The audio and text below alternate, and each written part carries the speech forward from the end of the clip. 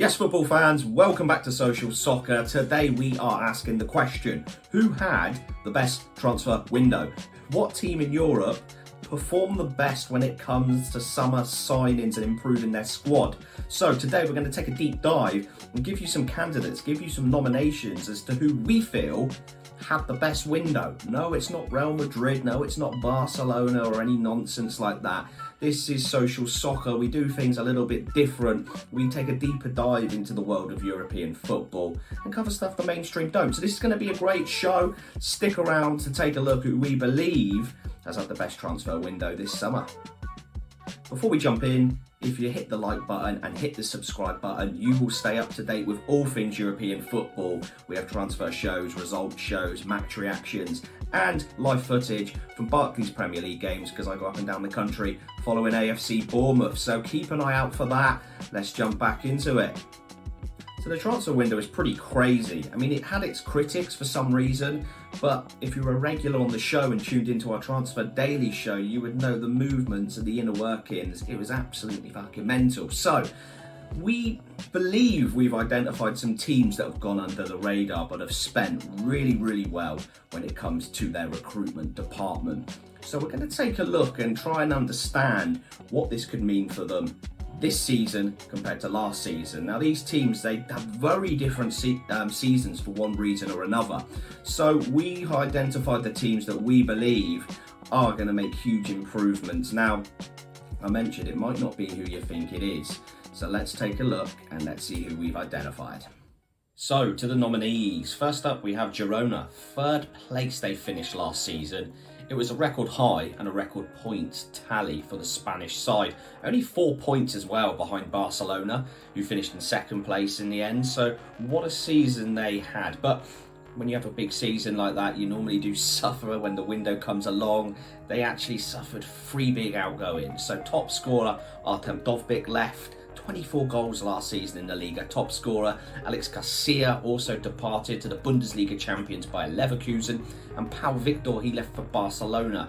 But they did, however, keep their manager Michel. So going into this window, they had major gaps to fill, high expectations due to last season's performance, and of course, more games.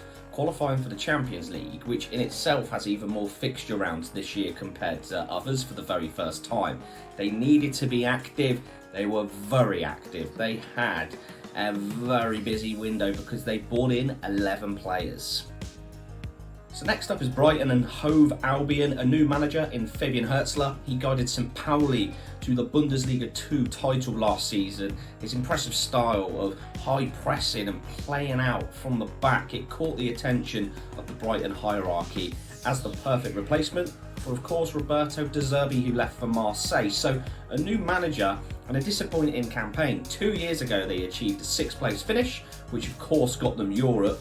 However, last season it was an 11th place finish. They faded away from the side and style that caught so much attention the season before. No minor casualties. Billy Gilmore, he left for Napoli. They got a good fee for him of around 14 million.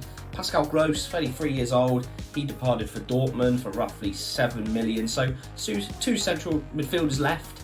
A rebuild though was certainly required, and a rebuild they certainly did. 9 new signings joined Brighton and Hove Albion. Our third choice was the French side Strasbourg.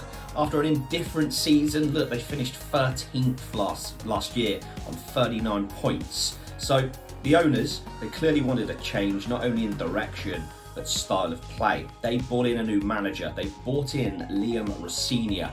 If you don't know him, well, he was actually dismissed by Hull City at the end of the championship season. Now, that was a surprise to many. Strasbourg pounced on him, being a free agent, as he was making a massive name for himself in the championship with his style of play.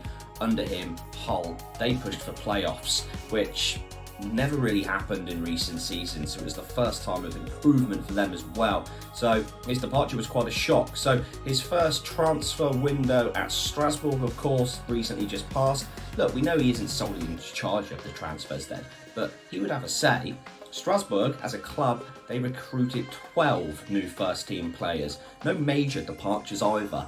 Ibrahima Sissoko, he went to Bochum on a free. Luca Perrin, he went to Hamburg on a free. But on the French side, they've gone big this window. New manager and 12 new additions. And candidate number 4 for the title of Best Transfer Window is Daniele De Rossi's Roma. The Italian legend, he took over in January, he returned to Roma. So this was his first transfer window. Again, of course, not solely in charge, but after last season and a 6th place finish, the fans demanded change. Spinazzola, he left for Napoli.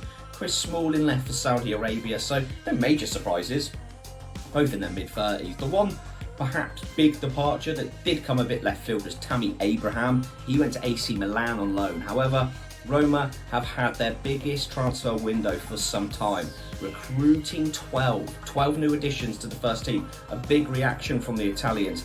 Don't forget they finished the season as well with only 1 win in the last 6. So it's a big transitional time for them. They really took advantage of it. Could it leapfrog Roma back to that next level, back to the Champions League? That's where they belong, let's face it. Their absence for many seasons now is clearly starting to grate on the fans. So this was a massive window for them, something we haven't seen for some time. So there we go, 4 candidates, 4 teams really looking to impact their season, 2 new managers as well. Very, very busy windows across all 4 teams, which is why they have made our nominee list. Now you're probably scratching your head thinking to yourself, how did I miss these transfers? When did they happen? Well, if you had subscribed, you wouldn't have missed them, but don't worry, we're going to jump in. Let's take a look at who has been brought in. So when the window opened, I am sure Girona fans would have been aware that big clubs would have been circling for many of their key men. They of course knew the impressive Brazilian winger Savinho would be leaving, but to also lose Garcia and talisman Dovbyk would have been a huge blow. But they didn't need to worry, their recruitment team had a plan. That plan was to not only replace, but it was to improve as well as ensure their style of football did not change. Wing play is key for the Spaniards in their transitions from front to back and back to front, and the signings of wide men Yazir Asprilla, Arnau Danjuma and the Spaniard Bryan Gil have significantly boosted their abilities to assist and create chances. Asprilla, he was big money after Watford also spent big on the young Colombian. 6 assists in the Championship for him last season, but he's a very exciting player, as is Danjuma. On his day, very gifted and dynamic. He can play, he can create, and he can score from all positions in the final third. He impressed at Bournemouth and Villarreal. The loans to both Everton and Tottenham haven't quite worked, so he's still looking for a home. He's still at the right age and potentially the right fit for the Girona project, so definitely one to watch, as is Bryan Gil. You know, Tottenham spent big on him, we know that, we've seen it, but he couldn't quite adapt to the Premier League. But he has shown in La Liga what he can do, and in a forward-thinking team like Girona, you just have to think he will have a great season ahead. In the forward department, they did not stop there. Braga forward, Abel Ruiz, formerly of Barcelona, he captained Spain's team recently in the Olympics as well. That's a very smart signing. He can lead the line on his own, physically capable of holding up the ball with his back to goal, bringing others into play. It's the perfect replacement for Dovbyk, and after an impressive return last season in Portugal with 10 goals and 5 assists, it seems like the perfect time for him to return to Spain. And on the topic of firepower, watch out for Bojan Miovski. Not many will know of him, but for Aberdeen, he's had a great couple of years. The North Macedonian striker has netted 48 times in the last 2 seasons after his move from MTK Budapest. He has made the next step in his career, and at 25, he's going to be one to watch, especially with the creativity he is clearly going to be surrounded by. Girona also took a punt on Donny van de Beek. Look, there's a player in there somewhere. Of course it didn't work at Manchester United, but at Ajax he was wanted by so many clubs, including at one point Real Madrid. Maybe, just maybe, Girona can be the environment where he finds his form of old.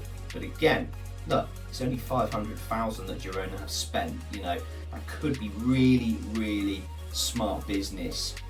You'll see the addition as well of experienced Spanish players, Romeo and Pau Lopez.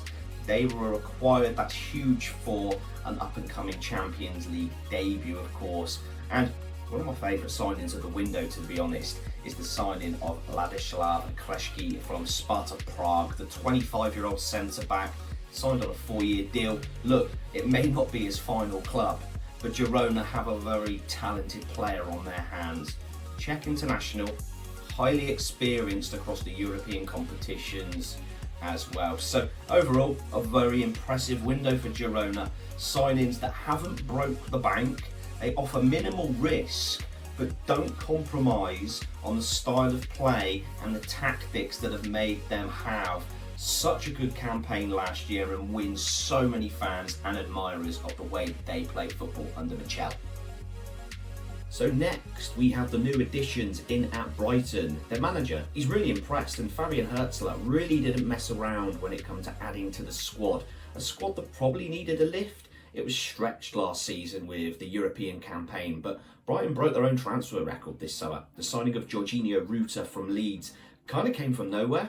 But don't forget, Rutter, he was in Germany before he made the move to Ellen Road at a very young age. He's still 22, dynamic, quick on the ground, good feet, and 17 assists last season for Leeds. Really showed a side to his game that not many strikers can actually boast. Adding that to a free-flowing and fluid Brighton style of play makes you think he could really add a different edge to the Brighton front line. Strikers-wise, look, they have João Pedro, of course, but Welbeck and Evan Ferguson, they can be quite one-dimensional, so Rutter was clearly someone identified to fit Hertler's system. But they, of course, didn't stop there. Minter, he was at Feyenoord last season, as was the young midfielder Mats Wiefer. Wiefer fills the gaps vacated by Billy Gilmore and Pascal Gross, who departed, and this lad, he's a real talent. He possesses the ability to take the ball very deep on the half turn and change the pace of the game in an instant, as it is new signing Matt O'Reilly, another central midfielder signing. He came in from Celtic. We've spoken about O'Reilly's rise on previous transfer shows. O'Reilly, that he was in great form for Celtic last season, 19 goals and 18 assists, so you can see why Brighton spent big on him. Tragically though, he did get injured after a horror tackle 2 minutes into his debut in the Carabao Cup game against Crawley. He apparently though has undergone ankle surgery, and reports today are promising. He's rumoured to be ahead of schedule, and the prospect of him and Wiefer together in a team that's on the front foot is hugely exciting for Brighton fans. As for Minter, well, 31 million. For 31 million, you would want and expect something a bit special. Brighton, they have just that. He was contracted to Newcastle, but last season he spent it on loan at Feyenoord, and what a season this young lad had. He's only 20, 10 goals and 6 assists last season, which was his first full season. He has electric pace, he can go inside and out, he's two-footed. Brighton had bought a very special player here, and it didn't stop there either. One of the first in the door was the young German wide man, Brajan Gruda, another two-footed, explosive and exciting forward player. He shown for Mainz last season, which is where he grew up, just how much potential he had. He plays on the front foot as well when in the advanced areas of the pitch, whereas where Brighton like to play their football. So he could be a great addition to the Premier League, to a side that looks like it's going to be very attacking. So exciting for him, exciting for club, and exciting for his country. Interestingly as well, at Mainz, he's played on the right wing, right midfield, centre midfield, attacking midfield, left wing. He's played as a support striker and as a lone front man. So very, very versatile. It'll be interesting to see where he fits in.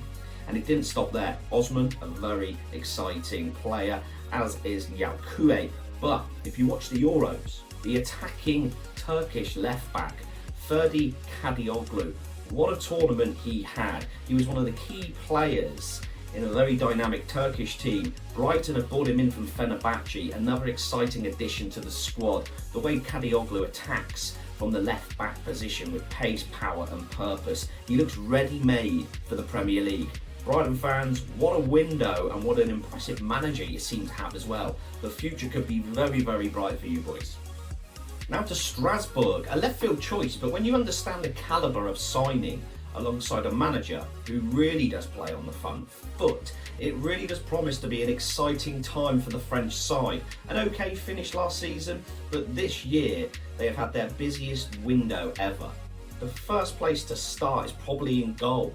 Jordan Pekovic, he came in from Chelsea. He was basically Chelsea's number one last year. It was his breakout season, but to me, he looked very good, calm, composed, and dominated his box. He really looked like an established number one, so having him between the sticks is great business by Strasbourg.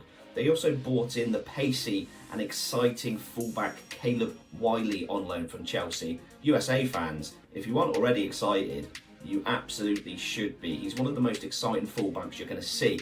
Unreal pace, great crossing ability as well, so watch out for him. In the French league, this could be a breakout season for the USA fullback. Strasbourg, they also spent big on Sekou Mara, a bit of a forgotten man, but when Southampton first signed him and he played in the Premier League, he must have been roughly 19. He's now 22, but at a young age in a struggling Premier League team, he looks strong, composed and very technically gifted. He's had a bit of a tough 2 years in England, but he's tall, quick, two-footed, and now a move back to his home country where he could be the main man.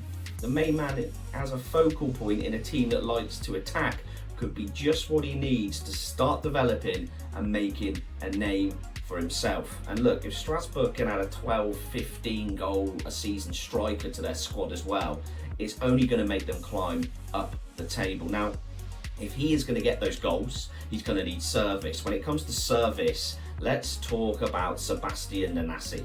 The 22-year-old Swedish left midfielder is someone Swedish fans are raving about, and it's clear why. His numbers from midfield are so impressive. 19 goals and 11 assists at Malmo last year. This season in Champions League qualification, that of course starts early in June, July time. He scored 3 goals in 4 games before he made the move to France. He scored on his Strasbourg debut as well, and this year he broke into the national team, scoring his first goal, 4 caps, 1 goal. So what a signing this could be for Strasbourg. Try and watch this guy if you can. And the signings didn't stop there. They're also young as well. Lamarchal from Monaco, Doué from Rennes, Sarr from Lyon. Young players who have already impressed in League One. They all look ready for regular first team football. And they're certainly going to get that as well under a very exciting young manager. The potential this team has, it is sky high. All of this has been assembled as well in just one window. This is why they've been nominated. It's minimal outlay, it's huge potential, and it's a lot of young talents going into a new system under an exciting new manager. So watch out for Strasbourg this season. And AS Roma, they had their busiest summer for some time. The Mourinho era is over, the De Rossi era has begun, and there are plenty of fresh faces this season for Roma fans to get excited about and raise a lot of interest as well. Like De Rossi played in so many great Roma teams. I remember transfer windows where they signed the likes of Philip Maxes, Hidetoshi Nakata, Gabriel Batistuta and Vincent Condola. This window could be a sign that maybe those days are returning. The big one was, of course, Artem Dovbyk. Roma went straight out and replaced Tammy Abraham with the man in red-hot form. Young, powerful, 24 goals for Girona last season. Roma don't normally do that, so it was a big statement right from the off. And of course, they didn't stop there. Matthias Sula, the young Argentinian winger, he was signed from Juventus. Nobody saw that one coming. Sula scored 11 times last season on loan at Lecce, and it was another move that showed a different transfer approach. Sula, he's young, he's quick, he's dynamic, and he was there for all to see last season in Serie A. Roma Rossi decided he could be someone who could be a future star at Roma for years to come. Another exciting signing is the young Swedish fullback Samuel Dahl. He is a player who will have been scouted by many. He's only 21, he earned his first Swedish call-up in January. Roma got him over the line on a 5-year deal. Another player who could be at the club for many years to come. He plays above his years, he will no doubt be a star. Enzo Laffi, he also signed from Rennes to add something different to their midfield. If you don't know Laffi, well, I'm sure you soon will. He's only 24, but he's made his debut in League One back when he was 17, and he has never looked back. He's very composed on the ball, a forward-thinking central midfield player, and he's someone who starts attacks from deep, something that has probably been missing in Roma sides of late. And another young Frenchman who was also brought in was Manu Kone. Kone to Roma was one that once again nobody would have predicted at the start of the window. It's a loan to buy, but this lad has talent. Strong, powerful, quick. Kone dominates games in the middle of the pitch, and he will soon surely be a regular in the heart of the France midfield when the likes of Griezmann and Kante move on. He's ready-made for it. He's shown in the Olympics, and a move to Serie A could be the next step up that he needs, but also what Roma need as well if they're going to get to that next level. They also signed the impressive Angelino from Leipzig. They also bought the first ever Saudi Arabian player to play in Europe in the shape of Saud Abdel Hamed. It didn't stop there, because next was Salamakers. He came in on loan from AC Milan, a left-sided attacking midfielder. Roma had such an impressive window, a window that really changed the way their whole team looked and felt, and essentially it's going to change their style of play. The transfer window then slammed shut, but Roma, they were not finished.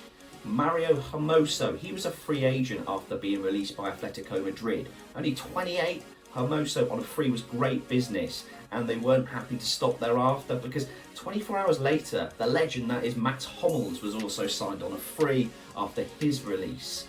That experience is going to be so valuable in a new look young side that already has a host of players who impressed in the back end of last season. That business makes Roma a clear contender for the award of Best Transfer Window, but also what a season ahead they could have with this new look squad. So there are the 4 candidates, the 4 nominees for the title of Best Transfer Window. Get your comments in below. Who takes the title? So many transfers have happened. One thing I like about all 4 of these clubs as well, which is why they make the shortlist, is who they bought, the profile of player, young players at that right age, ready to take the step up. Put them all into a squad with the same mentality, all looking to push forward. Who knows who's going to emerge from, 30, 40 players we've gone through there, and, take their career to the next level as well. In different starts for all 4 teams. Brighton, 7 points on 3, very good start for them, but Roma, 2 points on the first 3. Girona, 7 points from their first 4. Strasbourg, 2 points from 3 as well. So it's been in different starts to the season. However, if you think about it, new players, that volume of players coming into a squad, it takes a lot of time to gel. So it's always a risk. You have to make that difference. You have to take that leap. You spend big, you spread your chips, and you bring in a big amount of players. However, what you know is going to happen is it's going to take time for them to gel. It's going to take time for them to react, understand the patterns of the play, just bed into the club, and for a lot of them, a new country as well. That has a big impact. Teams that don't take that methodology, they may be happy, they've had a good season, they bring in 1 or 2. It's a lot easier to integrate them into the club and the style of play, but obviously that's not going to happen here. So it will take time. So probably say fair play to Brighton, unbeaten in 3 in the Premier League. Good solid start for them as well. Don't forget they beat Manchester United, they drew with Arsenal. So lots and lots has happened in this window. I hope you've enjoyed the show. Smash a like, smash a subscribe if you have. And if you missed all these transfers as well, we did a daily transfer show every single day when the window is open. So of course we'll be doing that, but between now and then, there is so much to get involved in with the social soccer community. Look out for match reactions, match day moments, match day vlogs, myself going live at Bournemouth away games as well. And of course, take care and we'll see you on the next one.